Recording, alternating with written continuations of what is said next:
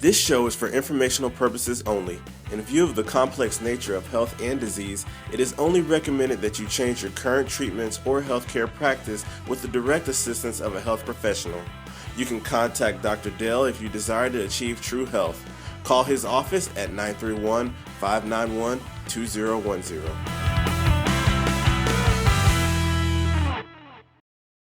All right, everybody, I'm the Wild Doc. Welcome to this presentation of cracking the weight loss code. We title it that, and we say that because the reality is there's so many people trying fad diets and different type of diets that have validity for different purposes, such as reversing cardiovascular disease, Ornish's, the Atkins diet. Do we do the ketogenic diet now? What do we do? So we're going to talk about that. We're going to talk about specifically what causes obesity, or what does the research really tell us about what causes weight gain or causes us to regain the weight that we've lost during a typical dietary plan of reducing calories or increasing our physical activity. We're going to talk about why just doing those things, reducing calories and actually increasing our physical activity, if we increase output, so calories out, we're actually going to trigger a physiological change in our body that will prevent us from keeping that weight off that we lose during the initial stages of that diet. So we'll talk about that. Again, if you don't know who I am, I'm the Wild Doc.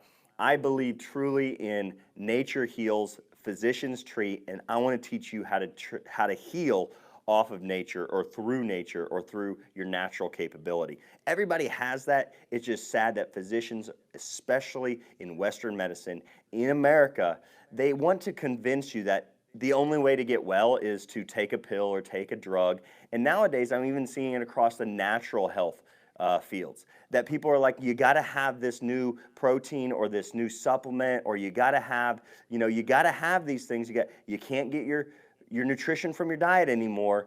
Soils are depleted. There's validity to that if you're getting your foods from not truly organic farms, not true natural ways of raising or growing produce. So that's what I want to teach the world. I want to show people that we don't need to look outside of ourselves for healing. We may need assistance at times from physicians.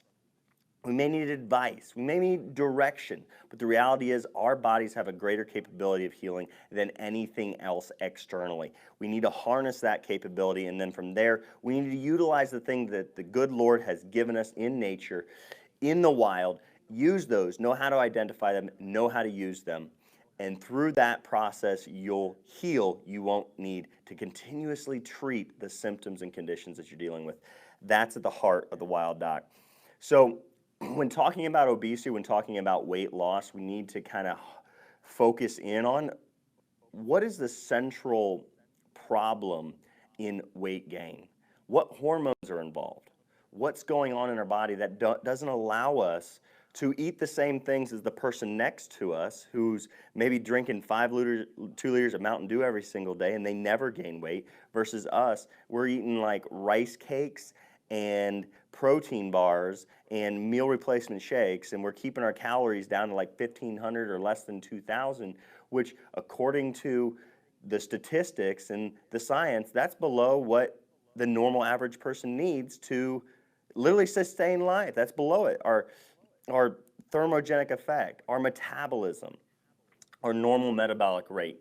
So we're going to talk about that, but I'm really going to focus here on diabetes a little bit, because the information I'm sharing with you is really going to give a lot of people an understanding of how they could really harness these dietary changes to even reverse or arrest the progression or condition of diabetes. So healing themselves. And again, I've got to give that clause out there that this isn't a, educational piece. This isn't meant to treat. It's for education only. It's not meant to treat diabetes, because that's the only thing the FDA wants us to believe that can treat diabetes is drugs and chemicals that ultimately rob Peter to pay Paul, and we wind up, paying the piper later on in terms of worsening health and more drugs.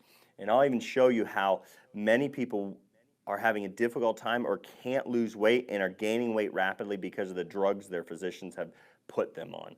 So stay tuned for that. Staggering cost of diabetes in America. Right now, if we could get obesity and weight gain and these problems with our nutrition, if we could get those under control, you know what? we're not only going to see a significant decline in the number of people who are developing diabetes, but we're also going to see a decline in suffering, because there's a lot of people out there that don't get to live life to the fullest because they're so, mentally, depressed many times because of weight gain or the inability to lose the weight. They don't physically, children who are obese can't go out and play soccer like their classmates. And that breaks my heart to see children suffering like that. And I want to change that. So just look at the staggering statistics right now. There's nearly 30 million Americans with diabetes right now. There's 86 million Americans who have pre-diabetes. If you apply this information right here, you're going to get a great handle on reversing or arresting that progression of that disease.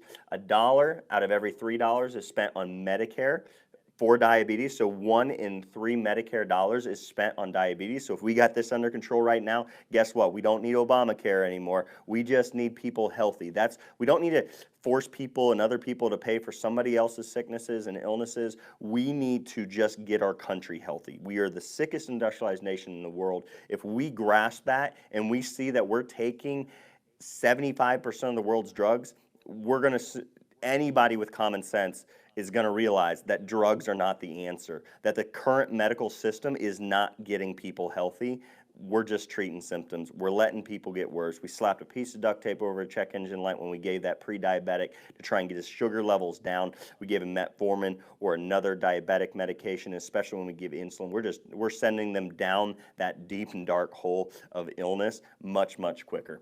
So diabetes and prediabetes in America is a $322 billion industry right now. So if you want to make a lot of money and you don't really care about people's health, get into the business of prescribing drugs, because that's where the majority of the dollars go. So today, 3,835 Americans will be diagnosed with diabetes today. And I would like to ask, how many of those 3,835 people today are going to get advice on, here's what causes diabetes, here's what causes type 2 diabetes, insulin resistance, here's what you've been doing over the years to drive that progressive disease, that deteriorative disease, that time-based disease. Here's why you ended up there. So now let's just look back and let's change what you've been doing to get you to this point today, so that you don't continue on that path towards worsening health instead of just giving you a drug. I wonder how many people right now in America are going to get advice specifically geared towards reversing their insulin resistance. Yeah, probably 5. 1 in $5 in American healthcare dollars, so 1 in $5 of our healthcare spending goes to treat diabetes. So if we can apply this, we're going to reduce that financial strain on our healthcare industry in our country and individuals and families. I want to give a shout out to the Obesity Code, Jason Fung. He is an amazing author. The Obesity Code is one of the best books I've ever read on obesity and weight gain. Massive amounts of research and evidence discussed in that. Much of it I hadn't heard, but a lot of it I already had known. But he puts it into a format that everybody can understand and can get things done in terms of restoring their ability to lose the weight. So hormonal obesity theory, we're going to talk about that, because it's truly your hormones. Because we've seen people who've gone through gastric bypass surgery and they gain the weight back despite a major restriction in their dietary calorie intake on a daily basis. We've seen people that literally try and starve themselves and they lose weight initially, and about 6 months later they stop losing weight and they start gaining it back. We've seen people who go out and they're just like, I'm going to exercise this off like crazy, and they work out, and all of a sudden they hit that plateau again, the dreaded plateau, the weight loss plateau, and all of a sudden they're like, why can't I lose any more weight? I got to restrict my diet more. They start dropping more calories, and might drop a little bit of weight, and then all of a sudden it starts to creep back, and then it actually accelerates and they gain more weight than they got in the first place. So we're going to get to that by correcting your hormones. It's key. If we don't address the hormone issue that causes obesity, that causes weight gain, we are never getting past that plateau. We're never getting long-lasting weight loss and retention of that weight loss. So we're going to talk about several hormones, specifically cortisol and insulin. High insulin is the worst thing, and high cortisol secondary to high insulin, because cortisol will produce high insulin in our bodies. Animal-based proteins. You see things like the Atkins diet. You see things that are like eat no carbohydrates, and people eat less fruits, even less vegetables. And then what they'll do is they'll substitute those fruits and vegetables, the calories they got from that, with protein. And many dietitians are telling people, well, you need your protein, you need your animal-based protein to make sure that you feel full.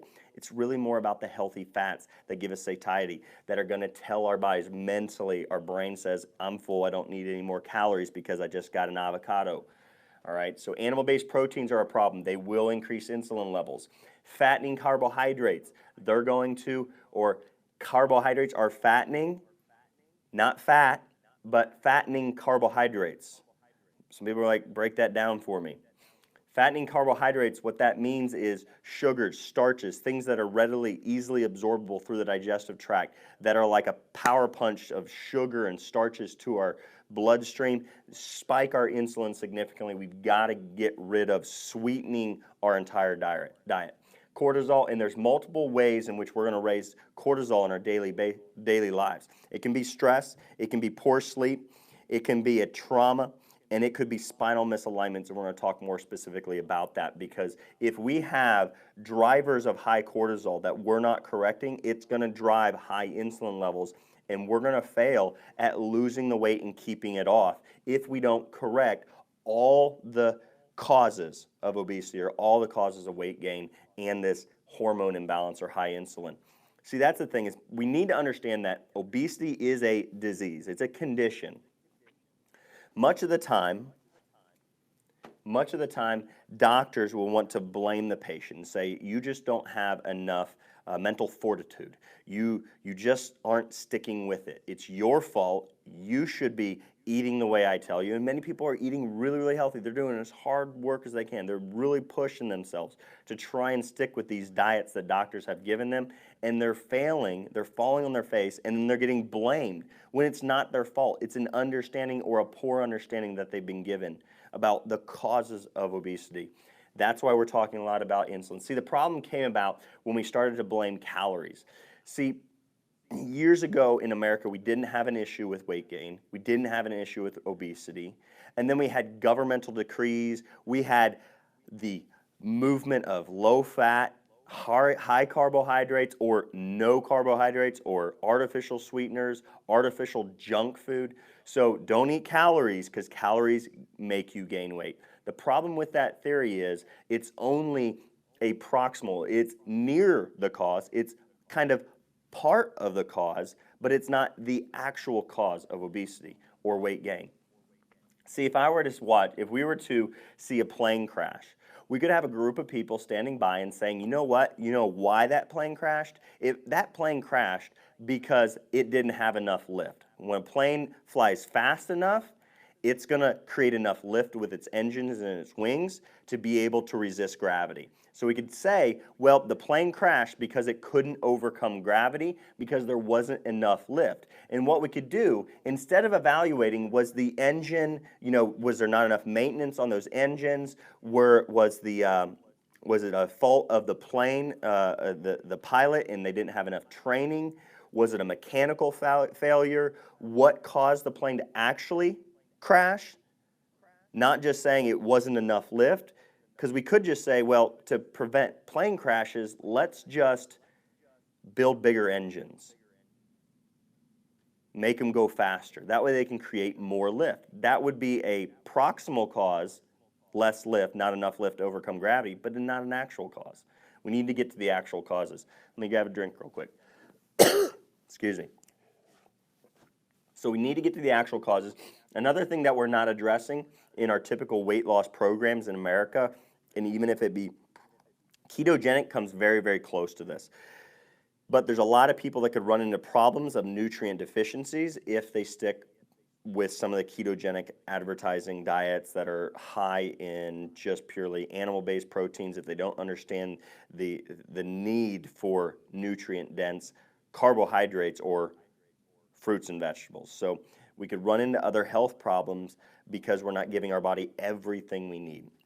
We have what's called essential amino acids. So we do need amino acids from different types of protein. One of the best sources is going to be your animal meats.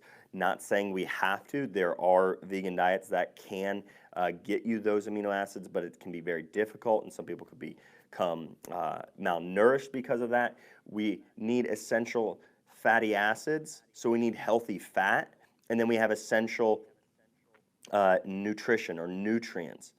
There is no essential carbohydrate. There is no essential starch or sugar. So just put that into perspective when you're deciding what you have to eat. So now you can kind of see why the food pyramid in America is bogus. It's ridiculous that they say carbohydrates and starches are like the foundation you got to have.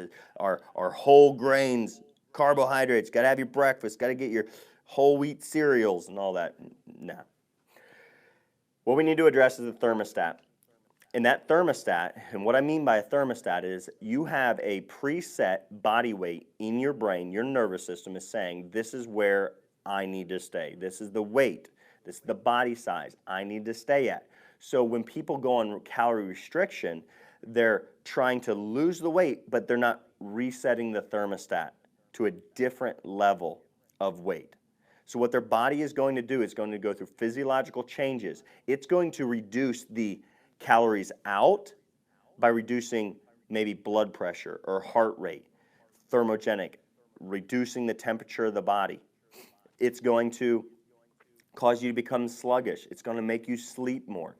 So your body can go through to lower the amount of calories that it's putting out, even though you're lowering the amount of calories coming in. And it's almost because you're lowering the amount of calories, you're in essence kind of starving yourself.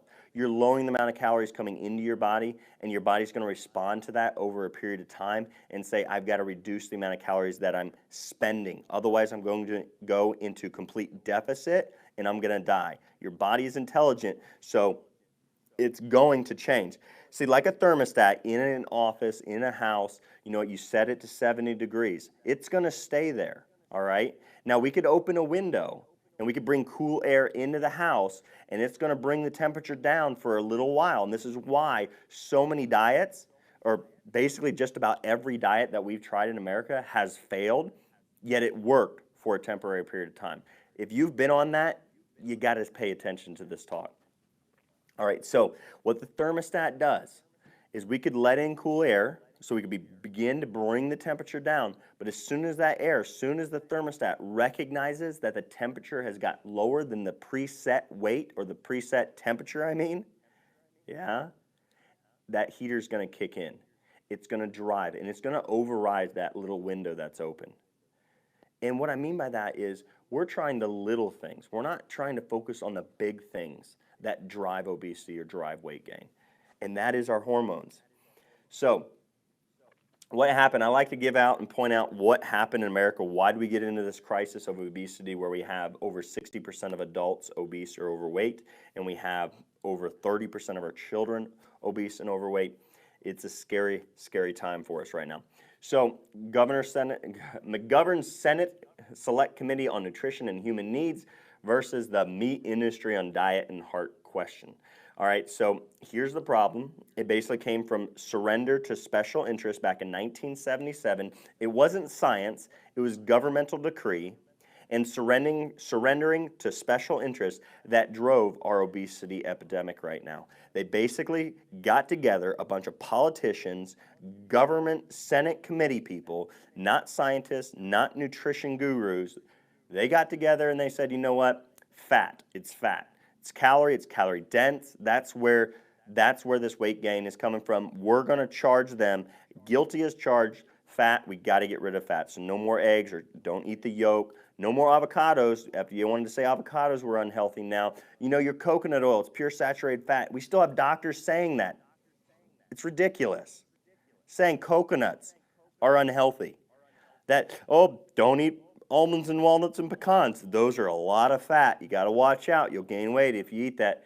No, you won't, because it's going to benefit your hormones, specifically one. But the senators faced issues for which they were professionally unprepared, conflicts within the science over the interpretation of the data, notions of proof. Luckily, things are starting to change, all right? That's what we got there.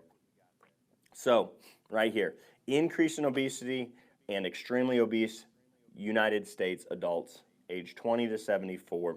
Right here, the percentage of obesity or obese adults, 1960s, 1965, 1970, all of a sudden 1975, we start to see the increase. So then we need government to step in and say, hey, Americans, you're doing something wrong. And they gave their governmental decree, fat, it's healthy fat, get rid of that, get rid of all saturated fat, and bam, look at this, skyrocketed immediately following. That's our government. They always step in and do the best thing they can for us, right? Not always. I mean, there are a great amount of, there are some good politicians. I'm not saying negative about them, but it just, you're seeing clearly here where the science didn't win. The evidence didn't win. Fat is good for us. We know that now for 100% fact. We've got to have healthy fat in our diet. We've got to reduce starches, carbohydrates, sugars. We've got to get rid of artificial junk. But because government stepped in and said, let's just throw it, let's just throw it out there and let's try something. Let's try fat is bad. It's got to be the fat. So they did that, and what happened? Skyrocketing rates of obesity. Now, it's not about calories again. It's about what you're eating and what are the physiological, the hormonal responses of the things that you do eat. That's the key. So diet, whatever's horrible for you. An interesting fact, same thing, same period of time when we saw that NutraSweet or saccharin, these other artificial sweeteners, they came in. This goes from 1965 to 2004, and you can see just about the same time. So is it artificial sweeteners? Well, the research has proven now that artificial sweeteners will increase weight gain, because what artificial sweeteners do, anything that tastes sweet to your body, that's a key thing to think about right now. Anything that tastes sweet. So guess what, folks? The stevia craze. Man, I got on that train back when it first came out for a short bit. Then I'm like, what about the artificials? How did they do it? They're no calories. Stevia is no calorie. But why do artificial sweeteners cause weight gain? And we wanted to say, well, stevia is completely natural. It's just an extract from a plant. It's still highly processed. And what physiological response does it cause in your body when your mouth, your tongue, your taste buds, your nervous system, your brain says, I just got something with high calories. I got sugar. What happens is it spikes your insulin.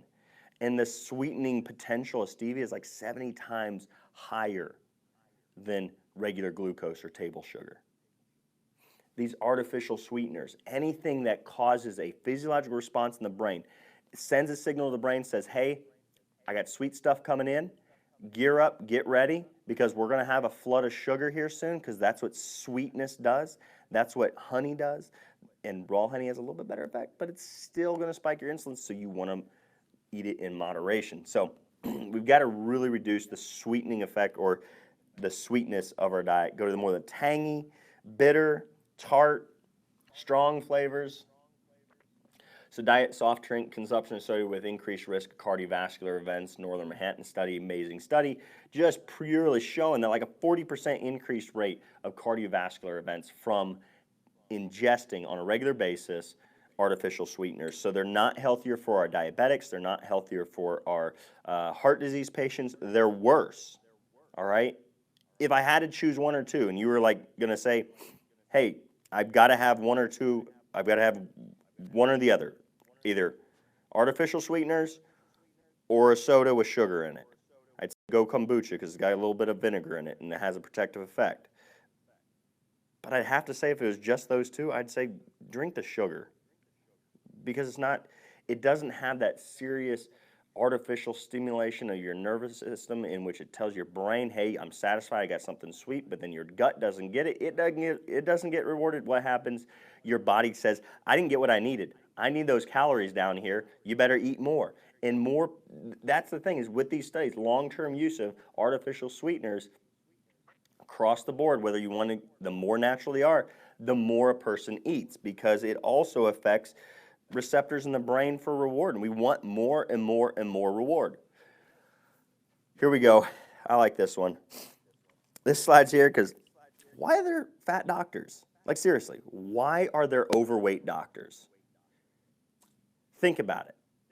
If obesity was just self-control, It was just determination, self-control, and then knowledge of the right things, right?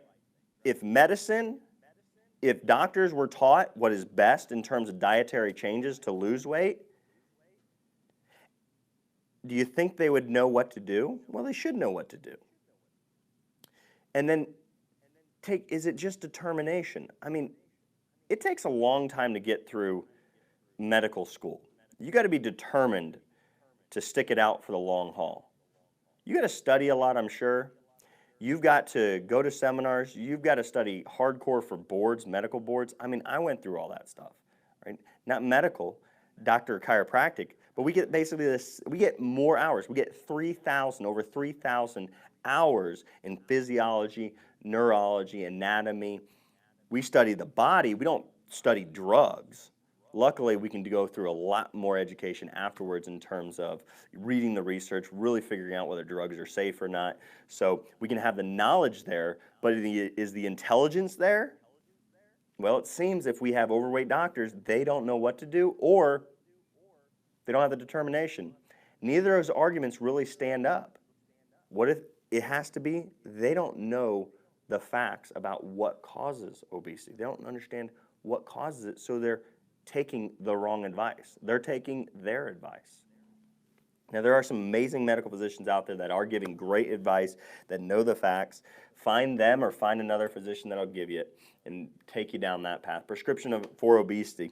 Another reason we have serious obesity in this country right now is because we're using pieces of duct tape that like suck calories into your body.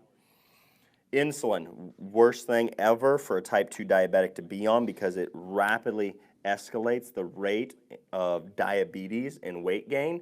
Gabapentin, a nerve med, and this is just a few of them. I mean, we got allergy medications. Anything that spikes your insulin, that causes an insulin response, is going to accelerate and cause obesity and cause weight gain.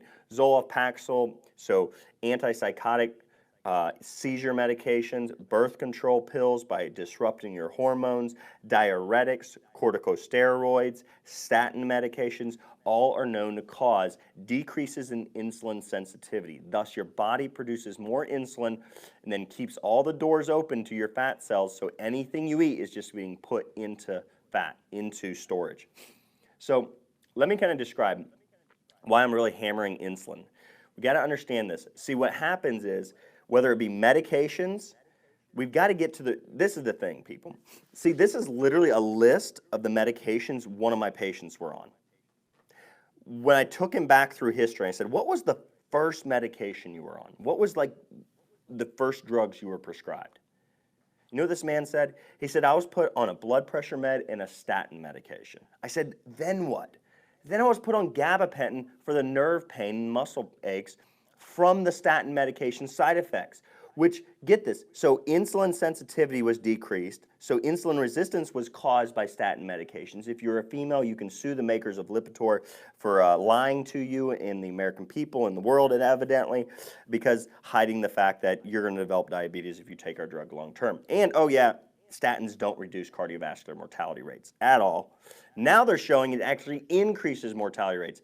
Now you're just going to have to stay tuned if you're like, wait, I'm on a statin. What are you saying? Please talk more about that. I will. But that's an entire new or another talk we got to do on that. So he goes on statins and blood pressure meds. Then he goes on gabapentin. But the blood pressure was his body warning him, saying, hey, your body is stressed right now. Figure out what's causing that stress. Figure that out. Because this man wasn't overweight, he said, when he was diagnosed with blood pressure issues. So we've already determined that the blood pressure issues were caused by injuries to his neck. He had a car accident, he had injuries to his neck, he went through a spinal fusion after surgery, blood pressure went up, now he's got these problems, so let's just treat it with a medication rather than actually correcting the spine. So by the use of statins, then the side effects of the statins made him go on gabapentin. And then he suffered from depression because his downward spiral in his health, as well as the side effects of statin are decrease in serotonin and good feel-good hormones because cholesterol is needed to build hormones. So he goes on antidepressants. Now, this guy didn't go on birth control pills because I don't know what guy would ever go on birth control pills. But but he goes on to diuretics as well because he starts having fluid retention. He's on corticosteroids, steroid injections because of the pain, and then finally he's put on metformin. Metformin can't control it because all these other drugs causing his insulin to go up, which when you have elevated insulin over a long period of time, you're going to become insulin resistant. You're going to become a pre-diabetic and then a diabetic unless you lower insulin enough to where your body can become sensitive to it again. Let me give you an example of this. I've got a 6-month, well now 7-month-old little girl, little Magnolia, okay? She at home. This frustrates my wife more than me because she's the one who has to nurse the baby to sleep. But Magnolia will nurse her to sleep. If we've got the room quiet, she's good. As soon as my son pushes the button on his little fireman truck and he goes, woo, woo, woo, woo, well, baby wakes up. Just like that. What happened? The baby was sensitive because it was quiet for a long period of time. The baby's body was able to be sensitive to that noise. Versus, you know what? They can become resistant to noise because we've seen babies like in crowded airports and different places, like moms carrying babies passed out in the stroller, and there's squawking birds at the zoo. Quack, quack, quack. And the baby's just passed out because there's a constant elevated level of noise that the baby's brain, nervous system becomes resistant to. But if we put the baby in a quiet room and then we have that bird squawk again, guess what? Bam, baby wakes up because the body became sensitive again. And see what's happening with all those drugs that chronically elevate your insulin. You never go into insulin deficiency or low insulin levels, not deficiency, but you understand what I'm saying. A low period of time of low insulin. If you don't go into that, what's happening is your body's becoming resistant more and more and more to insulin. And then what the body does to try and override that and correct that, because it needs insulin, it can't have high sugar levels because that can cause harm. So it's going to produce more insulin so that it can unlock more doors on the cells of your body to drive the glucose, the sugar, the starches into fat cells or into your muscle cells. Well, that drives more resistance. More resistance drives more insulin. So you can see how somebody who's been overweight for a long period of time, who has diabetes, you need to understand that it's going to take time. It's going to take time. It's going to take persistence to get back to a sensitive state in terms of your ability to utilize insulin efficiently. Statin medications, great research study recently published right here. They improved adiponectin levels, but they caused insulin sensitivity issues in patients with high cholesterol. Again, cholesterol is not the bad guys. That's like saying the firemen. You know, just going to give you an example because I am hammering a drug that people are sold on. They believe that they have to have their simvastatin or Lipitor. The doctor's like, you have high cholesterol. You better go on this drug. You can't. If you're going to die of a heart attack if you don't take my drug, well, they got a lot of money to make on that drug. So here's the deal. Saying high cholesterol causes heart disease is like saying your body is stupid, that if there was a fire out west and the firemen that are there available couldn't keep the fire under control, or here in Tennessee recently, over in the Appalachian, the Smoky Mountains, there was a major forest fire that destroyed a ton of land. We had to call in people to help fight that fire and get it out before it destroyed more land, more houses, more cities, literally. Was it smart to call in the extra firemen? That's very intelligent, right? We need more help. See, if you're causing inflammation in your body, or you're not getting to the root cause of inflammation, whether it be spinal misalignments with neurogenic inflammation, a poor diet, high unhealthy fats, trans fats, artificial junk, you got chemicals that cause inflammation and hormone imbalance. You got sugars that cause inflammation. You got insulin that can cause damage to arterial walls and inflammation when it doesn't have the sugar to use to actually use it and use it for its role. So if we're causing that damage, we got to have more repair guys. And that's why cholesterol goes up. It's an indicator. It's not a cause of heart disease. But you will be on a fast track to heart problems if you take statins that cause you to develop diabetes, because diabetes is pretty much the #1 risk factor for the development of cardiovascular issues within the medical literature. So is the body smart? Yes, it is. We know that for a fact. Just look at overfeeding studies. I mean, these guys, two thin guys, hot dog eating contest winners, and they're both thin as can be. So is it too much eating? These guys got to practice, I would think, right? They got to practice. So they're going to eat a bunch just to try and expand their stomachs before these competitions, eat a bunch. But these guys don't get overweight. And then is it not enough exercise? They've done the childhood studies with accelerometers, so devices that check how much physical activity the person has on a daily basis, measuring physical activity. They didn't see that physical activity. Short answer, no, it doesn't.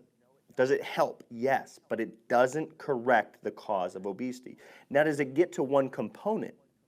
See, again, obesity, weight gain, being overweight is in essence, it's a disease. It's not just willpower or lack of willpower that causes it. Now, willpower has a part in that. People got to be, they had a desire to be healthy and well. They had a desire to want to eat kale rather than a Twinkie. They got a desire to want the outcomes that come from doing the right things. But they also got to know, what are the right things I need to do? If they're just like, you know what, it doesn't matter, I can eat whatever I want as long as I exercise enough, they're going to wind up gaining weight excessively over time because the foods they are eating are constantly spiking their insulin.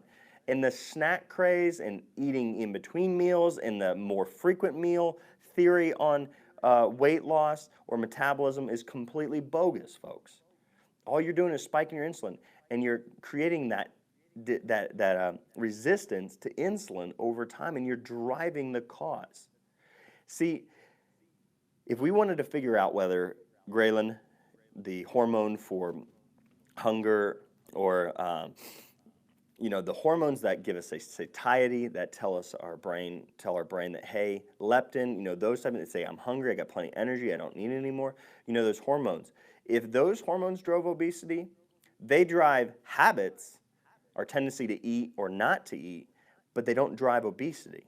What I mean by that is if I inject those hormones into somebody's body, do they gain weight? No. What is the hormones that effectively will cause 100% of the population to gain weight, given enough time and given enough of that hormone?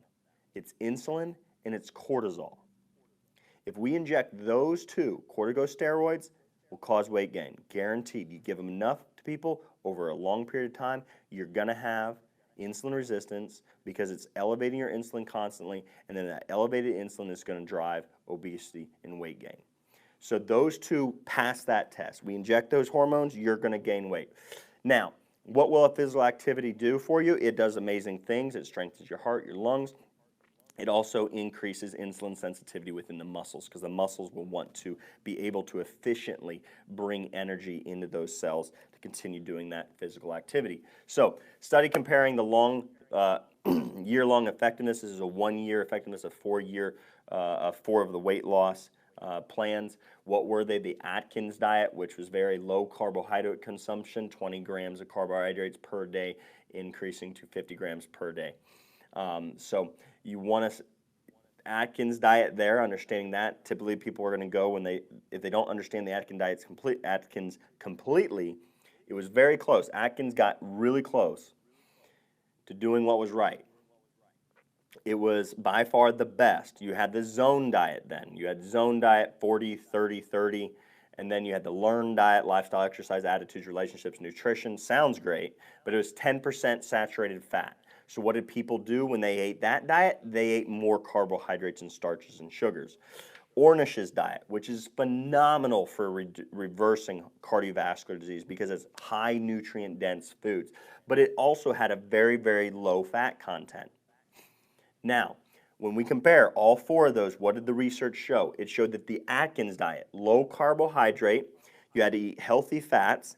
If you ate healthy fats, you got one of the best results in terms of your cardiovascular risk factors and your weight loss. And then when you had Ornish's diet, which was primarily low fat, no animal-based proteins, and then lots of nutrient-dense fruits and vegetables. They came in a very, very, very close second to the Atkins diet. So two great, amazing diets.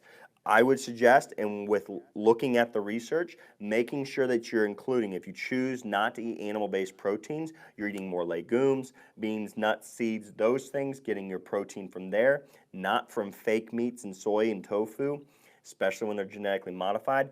But Ornish's diet, you know what? Adding avocados and more of those nuts and seeds will further improve that dietary regimen.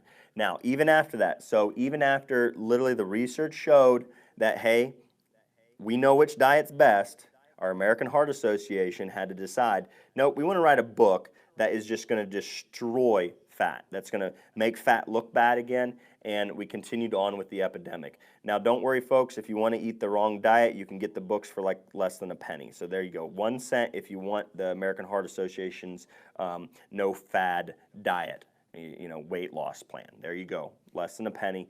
A lot of people don't want to give up on that one. They don't want to let that one go because, it really did a whole lot of good for us, didn't it? The reality is American Heart Association, there's good people in those associations. I can guarantee that, or I hope to God there is. But when you look at what they did, you know what?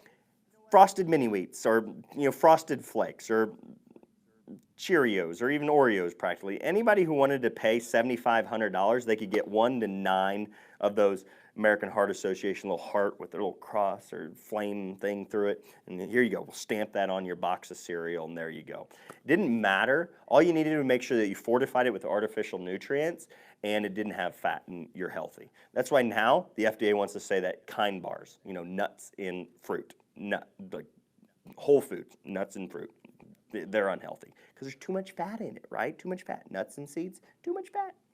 No, so they're really they don't give a whole lot of great advice. Even after the research, they were not willing to say that we were wrong, fat's good for you, let's tell the American people before we get into worse shape. They continue to lie to the American people and then just take money and make it look like Cheerios were healthy for you, despite when you take in milk, especially skim milk, you are going to spike your insulin almost more than anything else. Horrible. And then you took in a starch, Cheerios, any type of cereal without a high amount of fiber, which fiber is basically your anti-nutrient. It's your antidote to high sugar or high insulin levels. It decreases the digestive process. It slows that down. It slows down the absorption of the carbohydrates or the sugars into the bloodstream from the digestive tract, so it slows down and decreases that significant spike in insulin. So here's what we need to do. We need to balance out our low insulin time periods with our high insulin time periods. We can't get away from it, folks. Everything we eat is going to spike insulin, has to. Every food. It doesn't matter, butter a little bit. It's going to move our insulin up. But some less than others. That's why what you need to look into is what's called the insulin index. It's not about the glycemic index, because protein or even fructose doesn't have a significant effect on your glucose or sugar levels in your bloodstream. And this is the mistake that many patients and the mistaken information or suggestions from their physicians they get is to just monitor their glucose. We've got to monitor their insulin levels, because protein won't spike insulin that much, or won't spike your sugar levels that much. And then your artificial stuff won't spike your sugar very much. But then your milk, not much glucose, but it will spike insulin significantly, which will drive further and further insulin resistance, driving up. And this is what we got into. We got into a lifestyle where we had breakfast, then we had a snack, then we had lunch, then we had a snack, then we had dinner, then we had a snack, or we were drinking some sort of sugary or artificial sweetened drink throughout the entire day. And we never went into basically like a fasting state or a low insulin state. So our bodies kept becoming more and more and more and more resistant to insulin. And now, only when we sleep, and nowadays people wake up and need that snack because their bodies can't revert to utilizing the storage of energy, which is fat, for energy so they get hungry at night. So before, in the old days, man, it was breakfast. You went out and worked in the yard, in the farm, in the field, and then you came back in for lunch, and then you go back out, and then you had dinner, and then you went to sleep, and you woke up, and you went back out to work before breakfast many times.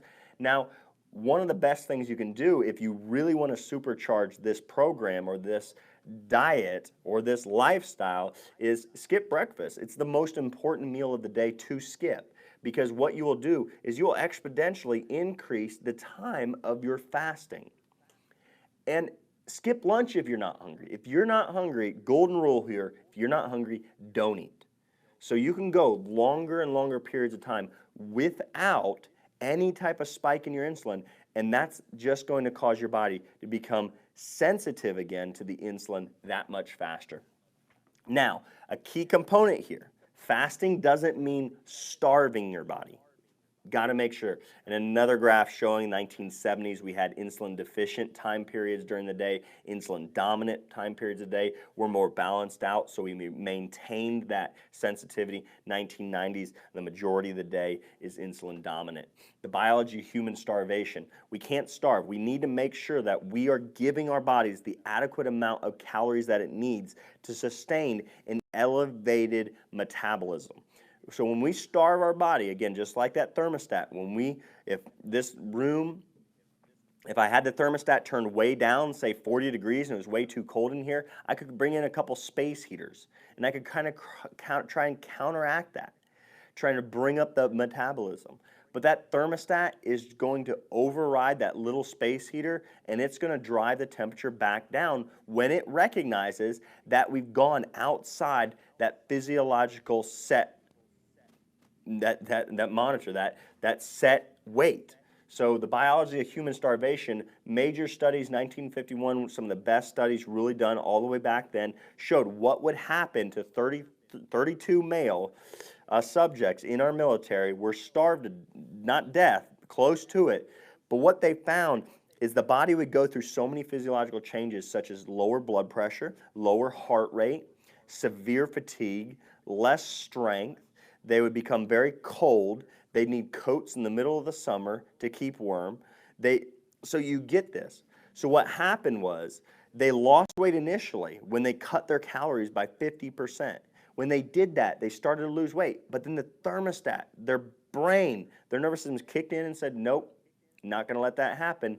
You've already set my weight to this. You haven't reset that. So then they decreased the output. When we decrease the input of calories energy, we're going to have to decrease the output of energy. That's like a coal-fired power plant. If the manager of a coal-fired power plant suddenly realized that the coal they were getting on a daily basis to be able to sustain the amount of energy for a city was significantly decreased, guess what? They would immediately say, we need to cut back on the energy output or we're going to run out of coal, and then we're going to completely shut down. In essence, the body would die. So we got to realize that. Metabolism monsters are going to be your processed sugars. Horrible, get rid of them. Anything that's been processed, isolated, is going to spike your insulin more than anything else. Grains. Grains are different than what they used to be, so get rid of the grains in your diet or go to more of the ancient grains, sprouted grains, those types of things, and always eat a grain or starch in moderation and less frequently. Canola and vegetable oils because they cause inflammation, all right? Make sure that you're cooking with things like coconut, grapeseed oil, or avocado oil that are more stable at higher temperatures, won't cause that inflammation. So here's our food, our food additives: corn syrup, high fructose corn syrup, starches, soy. You know, this is a millions in subsidies, so up to 19.2 million.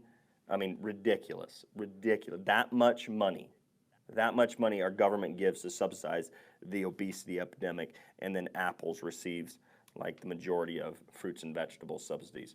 Eat for fat burning. So protein, lean proteins, it doesn't matter whether it's lean. You can eat the healthy fat if the animal lived in an environment which God created to live in, such as the wilderness. So you're okay there. Those will improve your metabolism, but eat them in smaller quantities, moderate amounts, and eat them less frequently. Coconut oils are going to be, or coconuts, your seeds, those types of things, sprouted flax seeds, sprouted chia, the seeds, high fiber, great healthy fats, are going to increase your metabolism. They're not going to spike your insulin much. And then your nutrient-dense vegetables with lots and lots of fiber are going to be another thing that lowers the effect on your insulin. If you had to have breakfast, a berry smoothie, what I tell people is add to this list right here coconut milk. Berries have a lower glycemic index as well as a lower insulin spiking effect. Sprouted flax meals, sprouted chia seeds.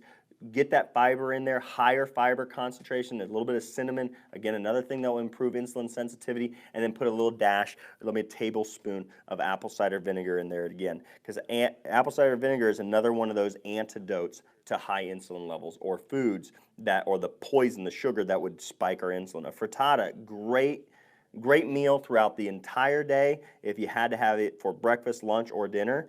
And try and keep your meals to maybe 2 meals a day or 1 meal a day, but don't cut back on the calories. So eating healthier fats and protein with fat. Apple cider vinegar, amazing. I'll tell you right now, incorporating that into your daily routine, taking 2 tablespoons before you go to bed at night diluted in water for a diabetic significantly lowered their morning fasting glucose levels and their insulin levels. It doesn't it doesn't cause your body not to absorb the glucose or starches or sugars. What it does is it improves insulin sensitivity from what the science is now showing. We're believing that it improves insulin sensitivity.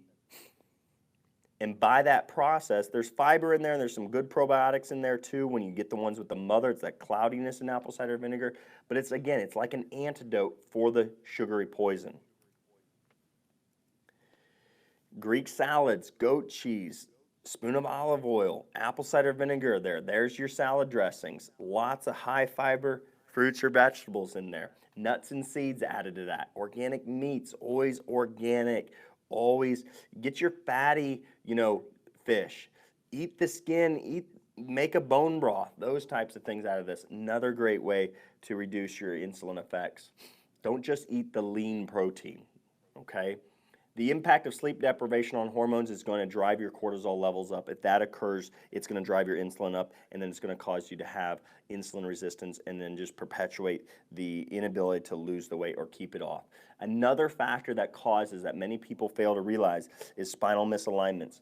This is Surgical Neurology International, September 2nd, 2010, type 2 diabetes mellitus, a central nervous system etiology. Etiology, where it comes from, what causes it. Why would the central nervous system be at the control of type 2 diabetes? In essence, insulin resistance that then would drive weight gain for the rest of the population who haven't been diagnosed with diabetes. So this applies to everybody. What they did in this research, they determined that it wasn't your genes, it wasn't completely your diet.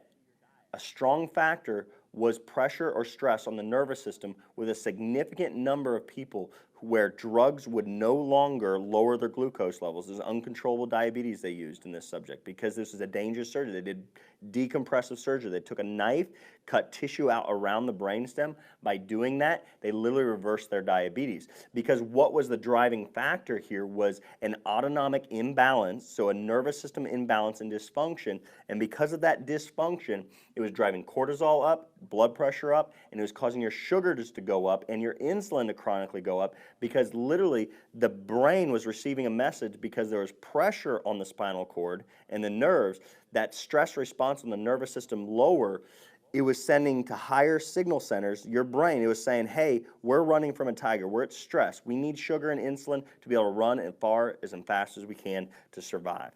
That's what's going on. Anthony, how are we doing with time? Got to know that. I got to go pick my son up here in a minute. Davy Jones, singer from the Monkees. Okay, what time is it right now? I got to know about noon. So, anyways, Davy Jones, he's going to get me that. I got to make sure I got to pick my son up from. Okay, I got to get going quickly here. So, here we go. Davy Jones, singer from the Monkees. Why do I want to point out him? Because he had a massive heart attack despite being somebody who had lost a massive amount of weight. He was doing phenomenal, or didn't have a lot of weight on him, I mean. Now, they literally said he was a vegetarian There wasn't an ounce of fat on the guy. He lived on the beach in Florida and ran miles every single morning. This was a CNN Health news article that I read about.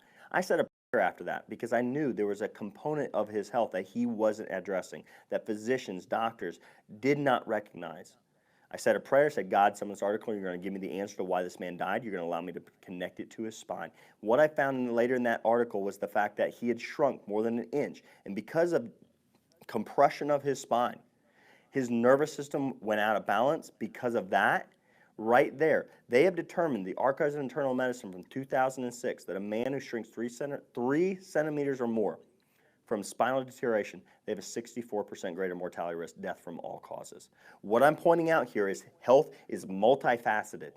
If we have pressure on our nervous system, we've got to get that corrected. We've got to identify if that's a factor in our poor health. We've got to identify if our nutrition is a factor in our health, and we've got to correct that. We've got to identify if toxicity is a factor in our health, and we've got to identify if stress or lack of sleep and other factors. We've got to get to root causes. That's the only way, folks. We're going to change and derail this train before we crash into the hillside. We are on a fast pace to bankruptcy in our country right now because of health problems. And not only that, it's suffering. It's children who can't, again, play soccer with their peers. Now, here's the reality. Because of the biology's response to dieting and why it continues to make people gain weight even after they've lost the weight, it's right here. To be successful in the long term, our strategies for preventing weight regain, because all diets fail if they don't address the insulin sensitivity issue, they don't address the cortisol levels. Okay, if they don't address those two factors and what's causing those, most of the time your insulin is going to be your dietary regimen. Eating and spiking it too often is one of the most prevalent problems or causes of that. Sleep deprivation and stress or spinal misalignments are going to cause both elevated insulin and cortisol. All those factors have to be addressed. Weight regain may need to be just as comprehensive, persistent, redundant as the biological adaptations they are attempting to counter. We are trying to counter biological adaptations, a set point in your thermostat to make you retain weight or go back to a previously set weight. We have got to counter all of those things, so we've got to have a comprehensive approach.